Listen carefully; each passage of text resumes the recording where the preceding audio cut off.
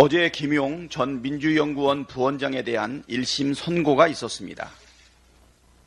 재판부가 진실을 밝히고 사법 정의를 바로 세워주길 기대했지만 결과는 매우 아쉽고 유감스럽습니다. 뚜렷한 물증도 없고 유동규의 진술에만 매달린 검찰의 기소는 누가 봐도 명백한 정치 기소에 불과했습니다. 하지만 재판부는 오락가락 갈팡질팡하는 유동규의 진술이 신빙성이 있다는 이해하지 못할 판단을 내렸습니다. 돈을 줬다는 진술만 있는데 그 진술마저 언제 만나서 얼마를 줬는지, 어떻게 전했는지, 그 돈의 출처는 누구인지 등 가장 핵심적이고 기본적인 사항이 말할 때마다 달라졌습니다. 검찰이 유동규의 주장을 뒷받침해온 정민용의 진술을 누락하고 허위로 진술조서를 작성한 사실이 재판 중 밝혀지기도 했습니다. 그런데도 어떻게 유동규의 진술이 신빙성이 있다고 할 수 있는지 도무지 납득할 수 없습니다. 심지어 돈 받은 적 없다는 사람은 유죄고 돈을 줬다는 사람은 무죄라니 이런 판결이 공정하고 상식적인지 되묻지 않을 수 없습니다. 증거도 없이 진술만으로, 그것도 신빙성 없는 오락가락한 진술만으로 누군가를 기소하고 유죄를 인정하고 처벌하는 것은 명백한 태행입니다. 과거 군사 독재 정권 시절에나 있었을 법한 사법 살인이 다시 반복되는 것 같아 참담한 심정입니다.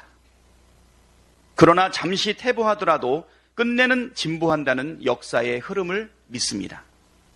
이후 항소 절차에서 진실이 명명백백하게 밝혀지게 될 것이라 기대합니다.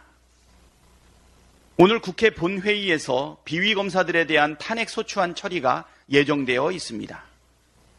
윤석열 정부 들어 검찰 독재라는 비판이 거셉니다. 검사를 내세운 정적 탄압에 검사 권력은 날아가는 새도 떨어뜨릴 정도로 위세를 떨칩니다. 검사 출신이면 있는 죄도 덮어주고 검사 출신이 아니면 없는 죄도 만들어내는 유검무죄, 무검유죄의 나라가 되었습니다. 법 앞에 만인이 평등하다는 말은 유독 검사에게는 예외가 됩니다. 이건 공정하지 않습니다. 상식적이지도 않습니다. 민주주의에도 어긋나고 법치에도 반합니다.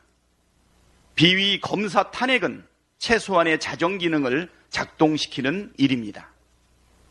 검찰 스스로 비위검사에 대해 자정할 의지가 없으니 국민의 대표인 국회가 나서서 비위검사를 처벌하자는 것입니다. 누구든 법을 위반했으면 처벌받는다는 공정과 상식을 바로 세우자는 것입니다. 그런데 국힘당은 탄핵을 막기 위해 온갖 물리력을 행사하고 있습니다.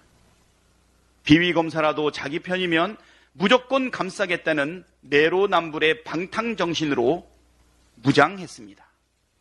부끄러운 줄 알아야 합니다. 국회가 지켜야 할 것은 공정과 상식이지 불공정과 몰상식이 아닙니다. 국힘당은 비위검사 탄핵에 적극 협조하십시오.